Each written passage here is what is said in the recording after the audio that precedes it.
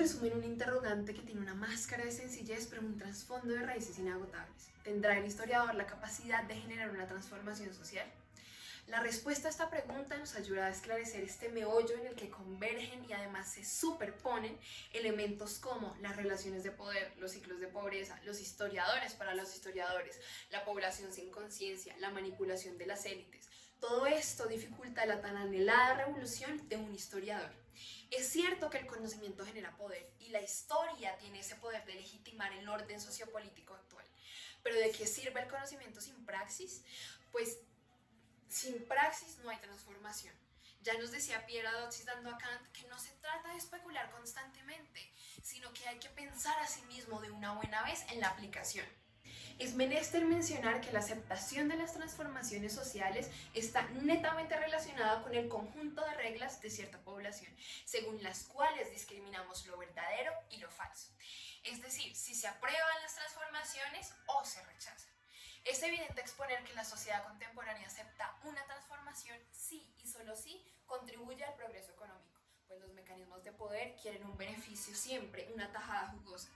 Si está puesto sobre mesa que las élites corruptas manejan a su antojo la sociedad y toda tentativa de revolución pasa por las bocas sedientas de lo insaciable, ¿debe entonces el historiador estar en una posición de poder para hacer un posible cambio?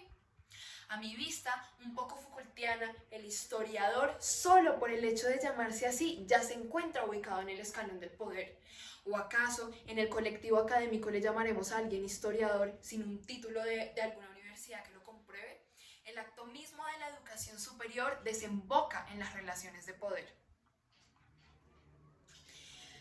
Entonces, lo que queremos transformar es un mundo ya dominado por la arrogancia del conocimiento, donde la preponderancia de los superiores está inscrita históricamente en el porvenir de las generaciones, donde la religión, la democracia, la política, la ideología se han venido consolidando al pasar de las primaveras. Entonces me pregunto ahora, ¿qué quiere un historiador transformar? ¿Quiere este científico social escribir para el común o simplemente quiere hilar y tramar huellas del pasado para exhibirlas ante la logia hermética, silenciosa y misteriosa que define al mundo académico?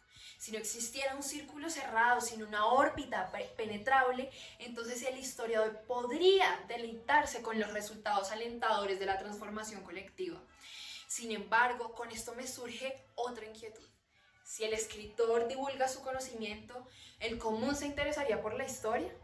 Lo previsible es un no, o solo a unos pocos individuos, pues ahora nos encanta lo rápido, ligero y banal. Apreciamos más la casa que en quien la edificó y la pensó, pues no nos interesan esas filosofías vanas, porque esos pensadores son unos hippies locos y marihuaneros.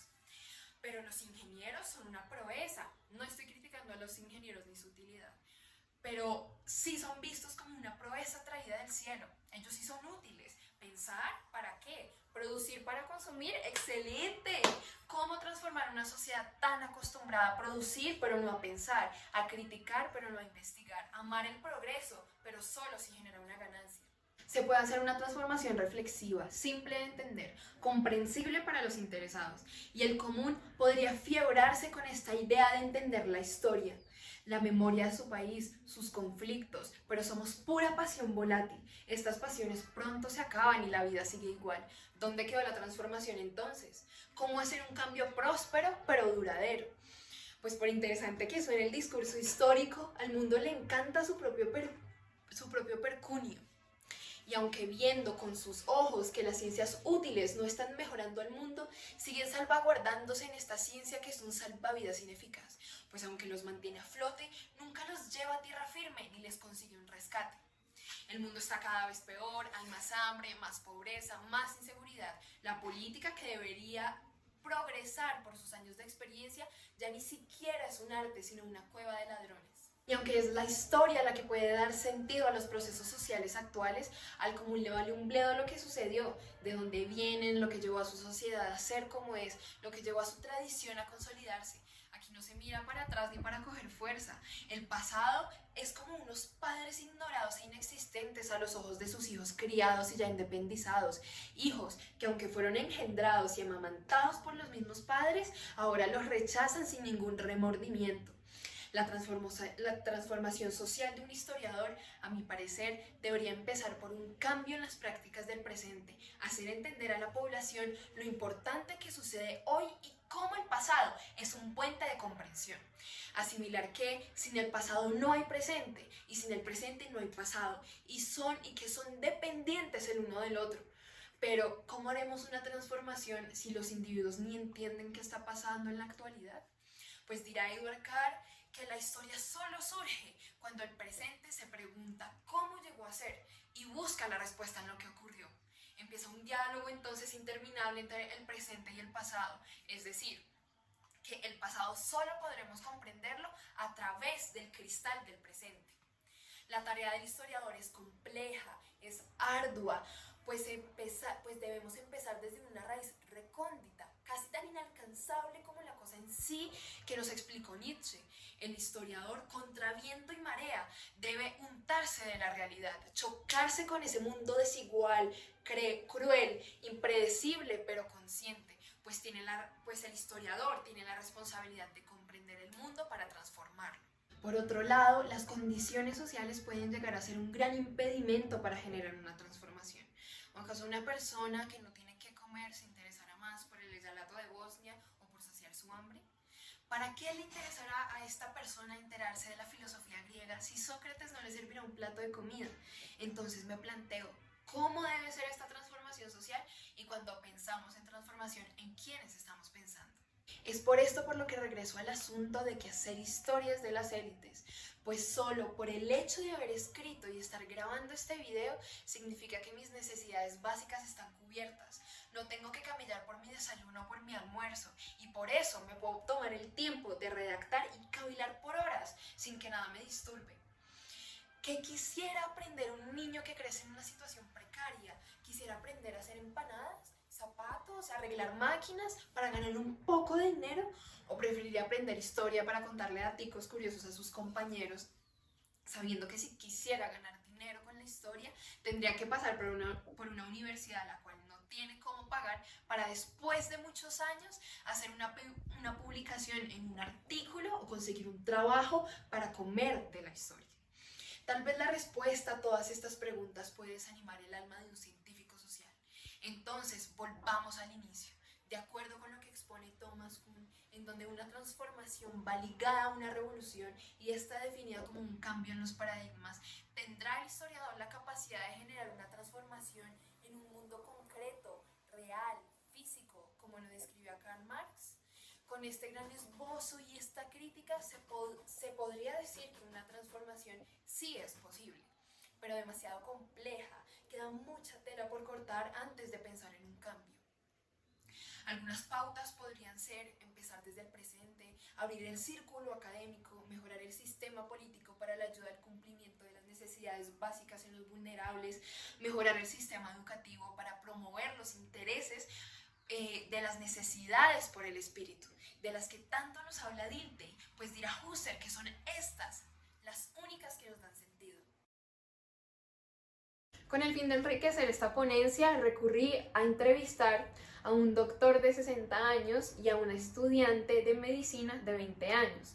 Ellos nos responderán qué piensan sobre la transformación social de un historiador. Mi nombre es María Paula Castillo, tengo 20 años y actualmente curso sexto semestre de medicina. Hace unos días se me preguntó si un historiador tiene la capacidad de realizar una transformación social. Desde mi punto de vista considero que sí.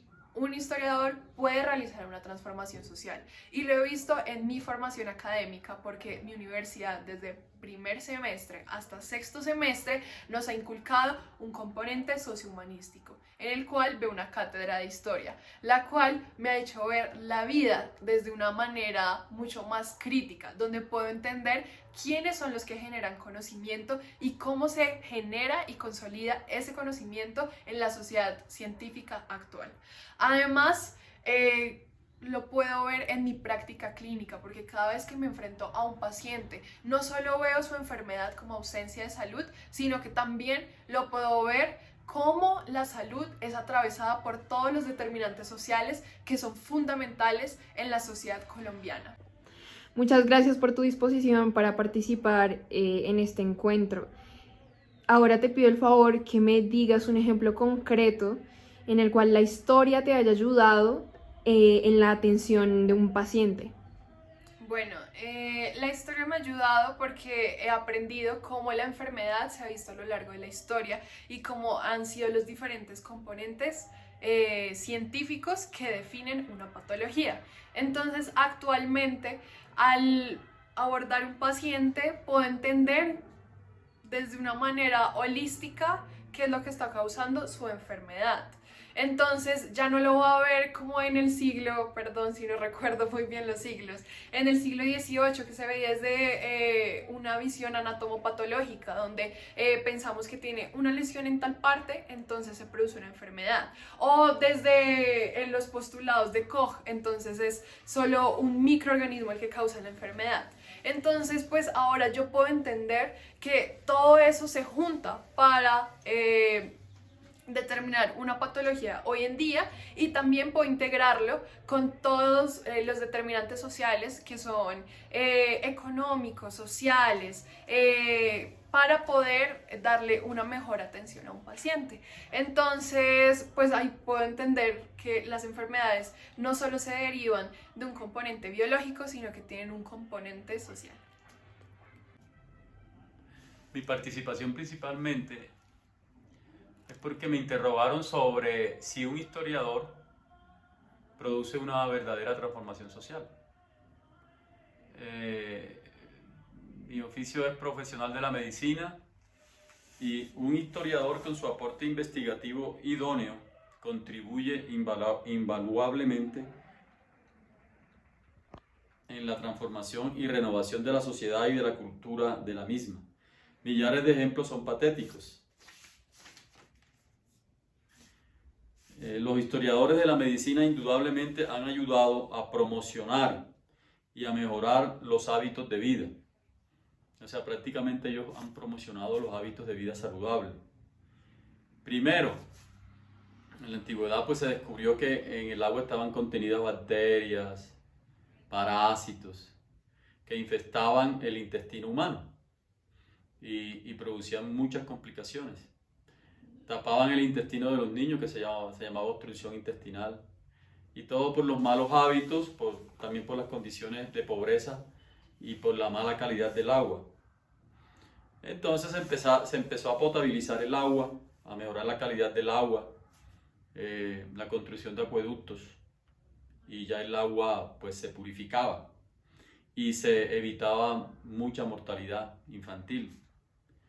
Igual pues descubrieron también que los alimentos eran transmisores de bacterias y de virus, y entonces pues lo que aconsejaban era cocer bien los alimentos, sobre todo la carne de cerdo, que produce una enfermedad que se llama cisticercosis cerebral y producía convulsiones en los niños y los adultos.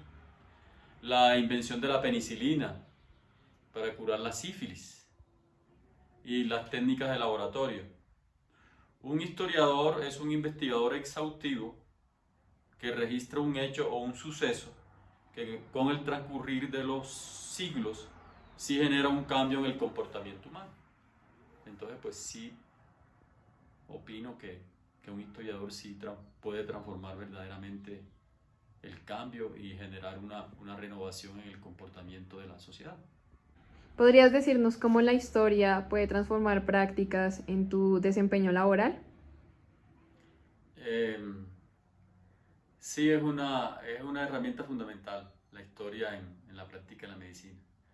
Porque los que publicaron artículos relacionados con dolor abdominal en niños y en adultos, pues los antiguos le llamaban cólico miserere. Era un dolor abdominal que empezaba y pues la persona no resistía el dolor. Y los médicos pues no estaban orientados bien en el diagnóstico, se les perforaba el apéndice, entonces incluso una complicación que se llama peritonitis, sepsis, se infectaban y morían. Y eso quedó registrado en los libros de medicina, ¿no? De lo que registraron los que hacían historia de la medicina, los que publicaban todos esos casos que en realidad no se conocía la causa, se desconocía la causa. Y hace años, bastantes años, décadas, en la que ya se descubrió que la causa fundamental del dolor abdominal es la apendicitis. La apendicitis, el tratamiento es con cirugía, es quirúrgico. Y entonces pues ya se descubre en etapas tempranas y el apéndice pues se puede perforar, pero ya con menos frecuencia. Entonces fue un avance de la medicina porque eso orientó al médico leyendo la historia de cuántos habían muerto por esa causa. Entonces los médicos ya pensaron en diagnósticos diferentes y en tratamientos diferentes. Y muchas enfermedades, la viruela no tenía cura, produjo mucha mortalidad, el paludismo no tenía cura, descubrieron que era un vector que es el anófeles, entonces pues el tratamiento es fumigación de las áreas donde están de los criaderos de mosquitos. Lo mismo era el dengue también, aunque todavía produce mortalidad, pues ya en menor proporción, porque ya con lo que escribieron los historiadores de la medicina, pues ya esas enfermedades han tenido más control y los tratamientos son más, la prevención más que todo es fundamental.